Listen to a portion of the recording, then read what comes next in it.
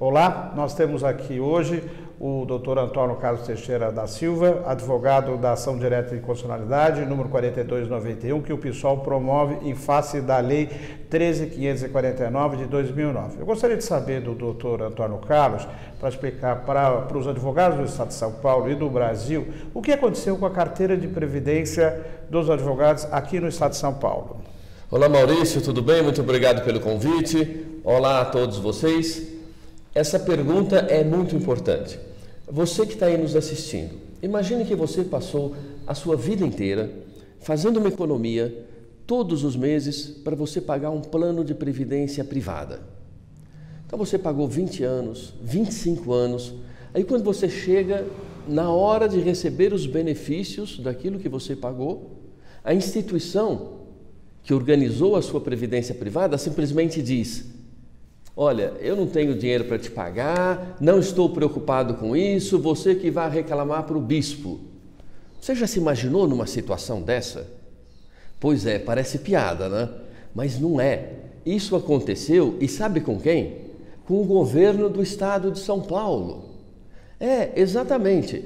38 mil advogados paulistas acreditaram na promessa do governo do Estado de São Paulo quando ele instituiu a carteira de previdência do IPESP e começaram a pagar. E pagaram desde 1959, quando ela foi instituída, inclusive até 1970, a participação era compulsória, porque se o advogado não participasse da carteira, ele não poderia ter a carteira da OAB. Então veja, era uma coisa obrigatória. A partir de 1970 ficou uma coisa opcional. Muito bem, todo mundo pagou. Chegou no ano de 2009, surgiu uma lei do próprio governo do Estado de São Paulo que criou essa carteira, que administrou financeiramente essa carteira por todos esses anos. Ele fala: eu não vou mais pagar, vou fazer uma lei e vou extinguir essa carteira. Nossa, parece coisa inacreditável. Lembra aquela época dos antigos Montepios? Talvez você que é mais jovem não tenha visto isso, mas o seu pai com certeza deve ter visto aqueles Montepios de aposentadoria que todos eles quebraram. Isso está acontecendo agora, em 2012, com o governo do Estado de São Paulo. 38 mil advogados ficaram na penúria. Muito bem, foi feita uma votação na Assembleia Legislativa de São Paulo e nós nos movimentamos. Eu, Dr. Maurício Canto, que fundou a ADDPA, uma associação para defender os interesses dos advogados vítimas do IPESP, e fomos para a votação. Antes disso, nós buscamos apoio aonde? Claro, que na OAB de São Paulo. Sabe o que aconteceu? Fecharam a porta na nossa cara. É difícil acreditar, mas isso aconteceu. E no dia da votação, nós esperávamos, e nós estávamos lá em quase 200 advogados, naquela galera em frente à mesa principal, ali na Assembleia Legislativa em São Paulo, e nós esperávamos que o presidente da OAB estivesse ali do nosso lado, nos defendendo, tentando recuperar ou evitar que uma lei tão draconiana fosse promulgada. Isso, uma lei como essa, nem na época do militarismo aconteceu algo similar. E aí a nossa surpresa, quando nós vimos o presidente da OAB sentado ao lado dos políticos que queriam acabar com a nossa aposentadoria. Sentado ao lado do presidente da Assembleia Legislativa, ali que, como um verdugo, estava executando todos aqueles 38 mil advogados com o beneplácito da OAB de São Paulo, com a omissão da OAB de São Paulo. Bom, infelizmente, como todos sabem, a famigerada Lei 13.549 foi aprovada e colocou em regime de extinção o IPESP. E uma lei que, apesar de ser feita numa casa de leis, lá eles aprovaram, com o beneplácito da OAB de São Paulo, uma lei totalmente inconstitucional. Por quê? Ela não respeita o ato jurídico perfeito, ela não respeita o direito adquirido, ela não respeita o Estatuto do Idoso. E a partir daí nós fomos nos defender. E com o apoio do deputado Carlos Gianazzi, nós conseguimos impetrar uma ADIM, uma ação direta de inconstitucionalidade, no Supremo Tribunal Federal, que ela foi julgada no dia 14 de dezembro de 2011, 14 de dezembro próximo passado. Então, eu gostaria de perguntar ao Antônio Carlos, essa ação direta de constitucionalidade que tramita no Supremo, ela foi julgada no dia 14 de dezembro próximo passado. E você foi um dos que fez a sustentação oral. Eu queria saber de você, Antônio Carlos, como é que ficou essa decisão, já que foi o relator, o ministro Marco Aurélio, que relatou esse expediente judicial, para que os advogados do Estado de São Paulo tomem consciência que essa decisão teve uma repercussão. E o que ficou decidido para eles poderem entender o que daqui para frente a gente pode fazer em benefício desses advogados que foram vítimas desta lei 13.549. Excelente pergunta, Maurício. Bom,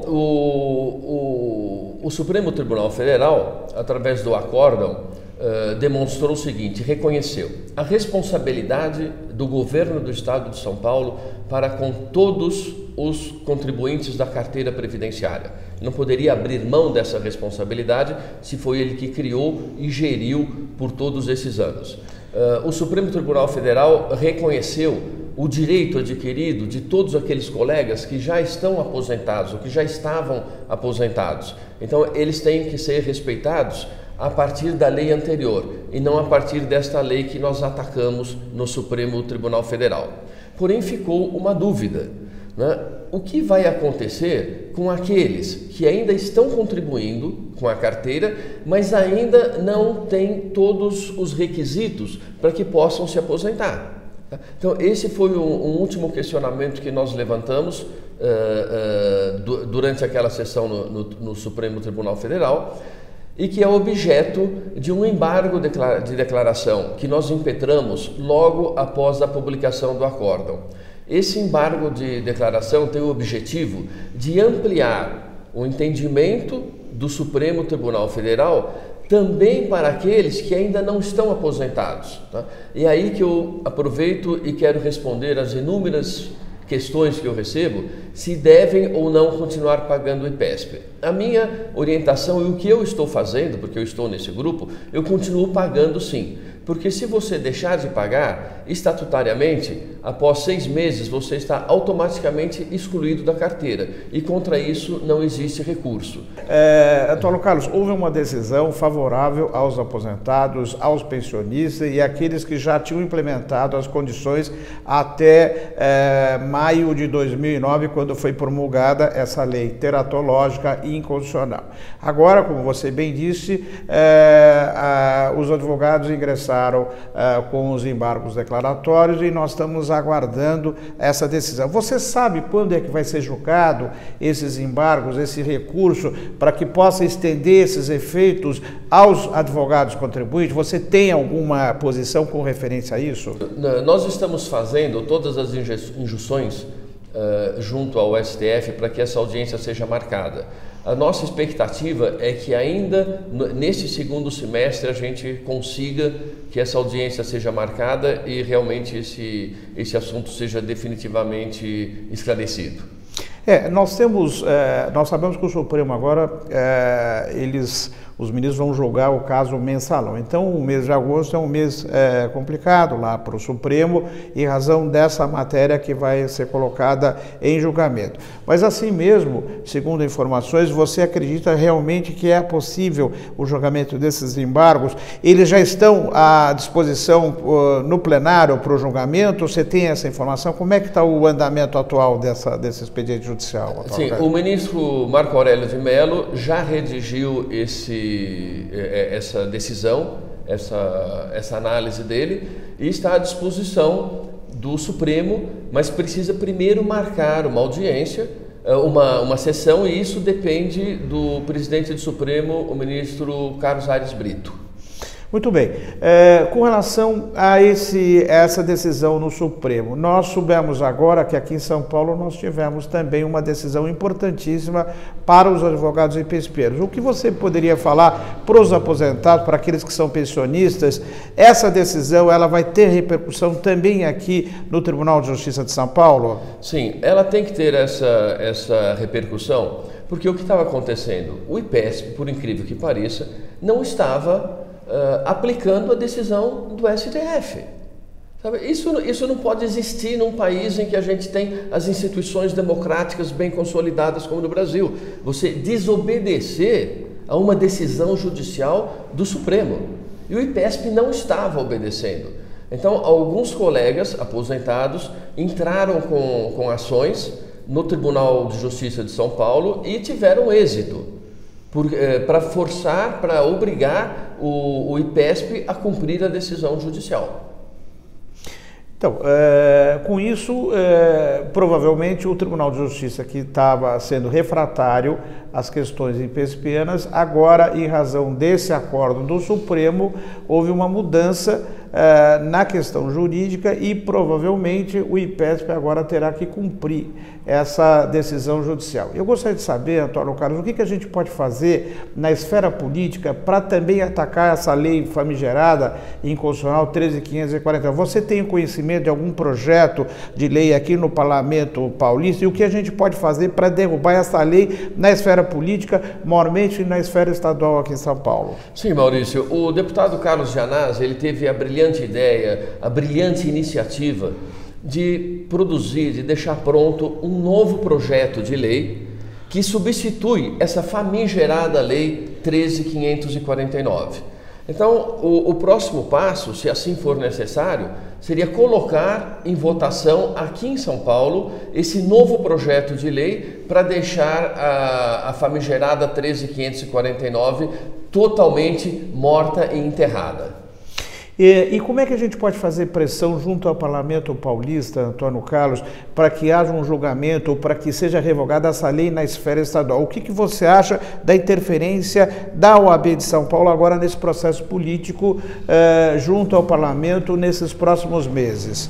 Bom, como eu disse, a OAB de São Paulo, ela decepcionou a todos os advogados, não só aqueles que são vítimas do IPESP. Então, com a atual gestão, não dá para ter nenhuma esperança. Os fatos demonstram isso. Não é uma questão minha, opinião pessoal. São os fatos. Nós não pudemos contar. Infelizmente, a OAB de São Paulo ficou agachada aos caprichos dos políticos de plantão, quebrando uma tradição de combatividade da OAB em todos os momentos importantes desse país. Até no momento em que enfrentaram os militares, a OAB estava ali na frente. Hoje, eu receio dizer que se fosse uma situação similar, a OAB estaria agachada, lustrando as botas dos militares. Então, o primeiro passo que nós temos que fazer é mudar, é a mudança. Nós precisamos inovar a OAB, nós precisamos resgatar a importância da OAB para a sociedade brasileira, para a sociedade paulista e a importância da OAB de São Paulo para os advogados paulistas. E de que forma você pode resgatar a OAB combativa, a voz da sociedade paulista? De que forma a gente pode fazer isso? Nós podemos combater isso e recuperar a nossa OAB, a nossa Casa do Advogado, democraticamente, através das eleições, através das próximas eleições da OAB que vão ocorrer em novembro. E principalmente analisando a história de cada um daqueles que democraticamente estão se colocando como candidatos. Então você que está aí me ouvindo, veja como cada um dos candidatos se posicionou frente ao problema do IPESP. Quais os candidatos que apoiaram a Lei 13.549? Quais os candidatos que foram a favor do governo do Estado de São Paulo ao jogar na lama da miséria 38 mil advogados e suas famílias? Isso é muito fácil. Hoje, se você entra no site da OAB de São Paulo, você vê lá o depoimento de alguns candidatos às próximas eleições que foram a favor da extinção do IPESP. E qual é o candidato hoje que possa representar esse anseio da classe dos advogados IPESPianos? Acho que é importante saber aqui, os internautas, os ouvintes do nosso programa, que nós temos que escolher alguém que esteja compromissado com os advogados. Então, em breve síntese, qual seria o nosso modelo de candidato para derrotar essa situação em São Paulo? Bom, o nosso modelo de candidato é um candidato que seja comprometido com as causas do advogado, comprometido com as prerrogativas dos advogados, um candidato que seja comprometido e tenha demonstrado isso, tá? Que esteve ao nosso lado durante toda essa luta pela recuperação do IPESP. Então, obrigado a todos e deixo aqui à disposição de vocês o nosso site www.addpa.com.br ou também através do meu e-mail mauriciocanto@uol.com.br.